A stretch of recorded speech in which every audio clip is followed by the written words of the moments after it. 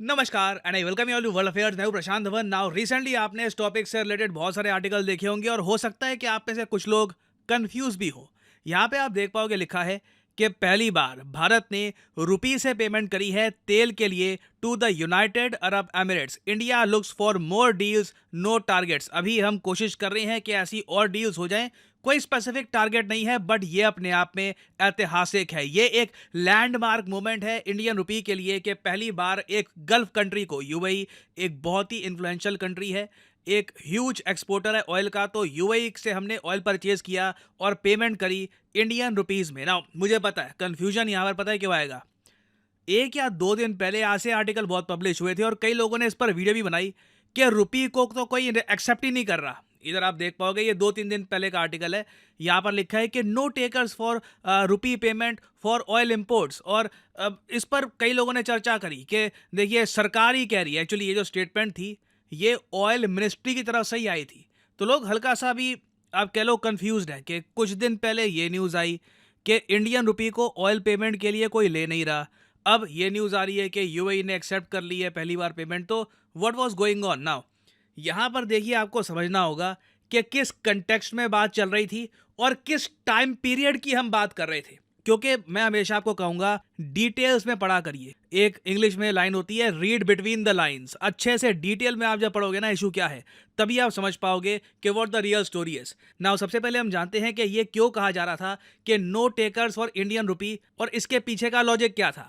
Alright, सो यहाँ पर आप देख पाओगे रिसेंटली जो ऑयल मिनिस्ट्री है ना, उनसे एक सवाल पूछा गया था एक स्टैंडिंग कमेटी द्वारा। पार्लियामेंट की ही एक स्टैंडिंग कमेटी, जिन्होंने ये कहा कि हम सबको याद है कि 2022 में, जुलाई 2022 में रिजर्व बैंक ऑफ इंडिया ने ये अलाउ कर दिया था कि अगर हम लोग ऑयल परचेज करते हैं या फिर कुछ भी परचेज करते हैं इंटरनेशनली, उसकी पेमेंट हम रुपी में कर सकते हैं। आपको याद होगा उस वक्त हम कह रहे थे वाओ गेम चेंजिंग मूव, सब कुछ बदल गया। और उसके बाद बिल्कुल काफ़ी सारी चीज़ों की पेमेंट हमने रुपी में करी है। बट ऑयल को लेकर ना हमेशा एक डाउट था, क्योंकि ऑयल के ट्रेड पर ना यूएस डॉलर का एक बहुत बड़ा दबदबा है, ह्यूज दबदबा है। लिटरली आप कह सकते हैं यूएस इकोनॉमी ही बहुत बड़े स्केल पर इसी बात पर टिकी है कि पेट्रो डॉलर दुनिया भर में यूज़ किया जाता है। यूएस डॉलर की नीड है, डिमांड है, और इसी वजह से यूएस जितने मर्जी डॉलर छापता है उसकी वैल्यू कम नहीं होती। तो पेट्रो डॉलर को चैलेंज करना एक बहुत ही ज़रा मुश्किल काम था। तो इसी से रिलेटेड पूछा गया ऑयल मिनिस्ट्री से क्वेश्चन कि रिजर्व बैंक ऑफ इंडिया के डिसीजन के बाद क्या कुछ तरक्की हुई, क्या हमने रुपी से ऑयल परचेज किया। तो ऑयल मिनिस्ट्री ने यह कहा है कि देखिए फाइनेंशियल ईयर 2022 और 2023 के बीच में हमने कोई भी क्रूड ऑयल इंपोर्ट नहीं किया पीएसयू से, मतलब कि जो सरकारी कंपनियां हैं उनसे कोई हमने ऑयल इंपोर्ट नहीं किया जिसकी पेमेंट हमने इंडियन रुपी में सेटल करी थी। अब नोट करने वाली बात यह है, इस वक्त एज ऑफ नाउ कौन सा फाइनेंशियल ईयर चल रहा है? 2023-24 का। एज ऑफ नाउ हम लोग फाइनेंशियल ईयर 23-24 में हैं, ठीक है। ये पिछले फाइनेंशियल ईयर की बात कर रहे हैं, 22-23 की।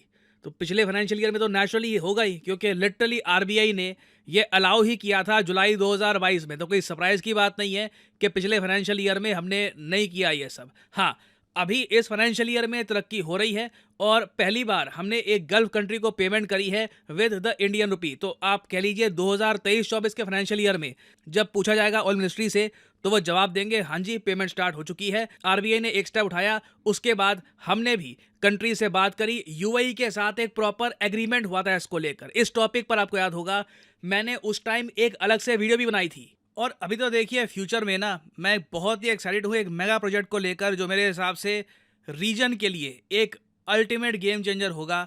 एक 5 बिलियन यूएस डॉलर्स की under C pipeline between UAE and India, जिसको काफ़ी बार कहा जाता है मीडिया में the United Arab Emirates Gujarat gas pipeline. यहाँ पे आप देख पाएंगे इसमें जैसे आप एज्यूम कर सकते हैं कि नेचुरल गैस सीधा यूएई से गुजरात में आएगी और इससे भारत हर साल की हम बात कर रहे हैं 7,000 करोड़ रुपीस सेव कर रहा होगा, जो रफली यूएस डॉलर्स में हो गए आप कह सकते हैं 850 से लेकर 900 मिलियन यूएस डॉलर्स। तो लॉन्ग टर्म में अगर आप इसको 10-15 साल के हिसाब से देखो बिलियंस ऑफ डॉलर्स की सेविंग हो सकती है। क्योंकि अभी के लिए जो हम नेचुरल गैस परचेज करते हैं from UAE, from Qatar, other countries, ये हम परचेज करते हैं एज लिक्विफाइड नेचुरल गैस। और आप खुद ही समझ सकते हैं जब ये 2000 किलोमीटर की pipeline from UAE to Gujarat जब ये बन के तैयार हो जाएगी, ये एक इंजीनियरिंग मार्वल दिखेगा। हाँ, मैं थोड़ा सा ये भी कहूँगा, एक डर रहेगा कि पाकिस्तान के जो टेरर ग्रुप्स हैं ये इस पाइपलाइन को अटैक ना कर दे। कॉन्स्टेंटली इंडियन नेवी को एक्टिव रहना होगा अरेबियन सी में,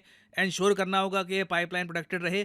बट मैं बहुत एक्साइटेड हूँ इस पर्टिकुलर प्रोजेक्ट को लेकर। This will be game changing for India and UAE as well. Now of course एक आर्ग्यूमेंट यहाँ पे आपकी ये भी हो सकती है कि ये तो सिर्फ बात हो गई यूनाइटेड अरब एमिरेट्स की, बाकी कंट्रीज का क्या? क्या रशिया को हम रुपये में पेमेंट नहीं कर रहे? देखो अभी के लिए जैसे आपको पता है, रशिया को जो भी हमने कोट एंड कोट पेमेंट करी है वो जो नॉस्ट्रो वॉस्ट्रो अकाउंट्स हैं उसी के ज़रिए हम कोशिश कर रहे हैं पेमेंट करने की। बट ये रुपीज़ देखिए अभी के लिए ज़्यादातर इंडिया में ही पड़े हैं और रशिया ये रुपीज़ वापस इंडियन जो इकोनॉमी है उनमें ही इन्वेस्ट कर रहा है। तो टेक्निकली अगेन बात टेक्निकलिटी की आती है, टेक्निकली हमारी पेमेंट अभी हुई नहीं है रशिया को इन द इंडियन रुपीज़। तो इसलिए आप कह लीजिए रशिया को हम यहाँ पे काउंट नहीं कर रहे।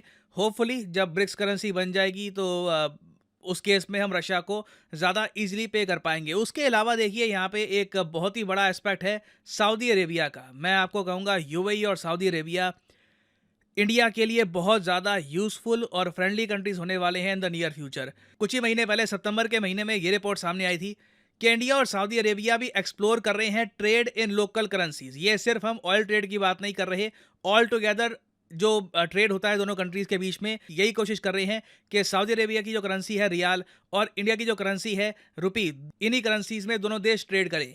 तो बिल्कुल रुपी की जो इंटरनेशनलाइजेशन होनी है, जो अंतर्राष्ट्रीयकरण होना है रुपी का, उसमें समय लगेगा। आराम आराम से स्टेप बाय स्टेप करके हम आगे बढ़ेंगे। जो एक बहुत ही इंपॉर्टेंट एग्रीमेंट साइन किया था आरबीआई और यूनाइटेड अरब एमिरेट्स के सेंट्रल बैंक सीबीयूएई ने, ये ऐसा नहीं है कि आप किसी भी कंट्री के साथ साइन कर सकते हैं। इसके लिए आपको ट्रस्ट चाहिए होता है, आपके डीप स्ट्रैटेजिक रिलेशन होने चाहिए। तो अभी इसमें टाइम लगेगा but eventually I am sure more and more countries will start accepting the Indian rupee. Time लगेगा but eventually it will happen. Now finally यहाँ पे मैं आपसे एक क्वेश्चन पूछूंगा। क्वेश्चन यहाँ पर यह है कि हाल ही में किस कंट्री ने डिसाइड किया है कि हम ओपेक मतलब कि organisation of petroleum exporting countries ये छोड़ देंगे। ये है यहाँ पे आपकी ऑप्शंस, अंगोला, ईरान, रशिया या सऊदी अरेबिया। ये रिसेंटली बहुत न्यूज़ में था। फोर्ब्स ने कहा है कि इस कंट्री का निकल जाना फ्रॉम ओपेक एक बहुत ही बड़ा झटका देगा ग्लोबल ऑयल मार्केट्स को। बताइए किस कंट्री ने रिसेंटली कहा है कि ओपेक को हम छोड़ देंगे?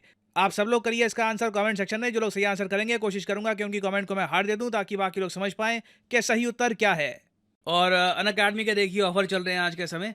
ये जो ऑफर्स हैं इनको आप यूज़ कर सकते हैं टू गेट डिस्काउंट। तो कमेंट सेक्शन में लिंक आपको मिल जाएंगे। आप यहाँ पर कोर्स ओपन करके you can use the code PD10 और आपको डिस्काउंट मिल जाएगा। और जो सेल्स टाइम टू टाइम आती रहती है इनका भी आप लाभ उठा पाएंगे। So this is the end of the video. Thanks for listening and as always may the gods watch over you.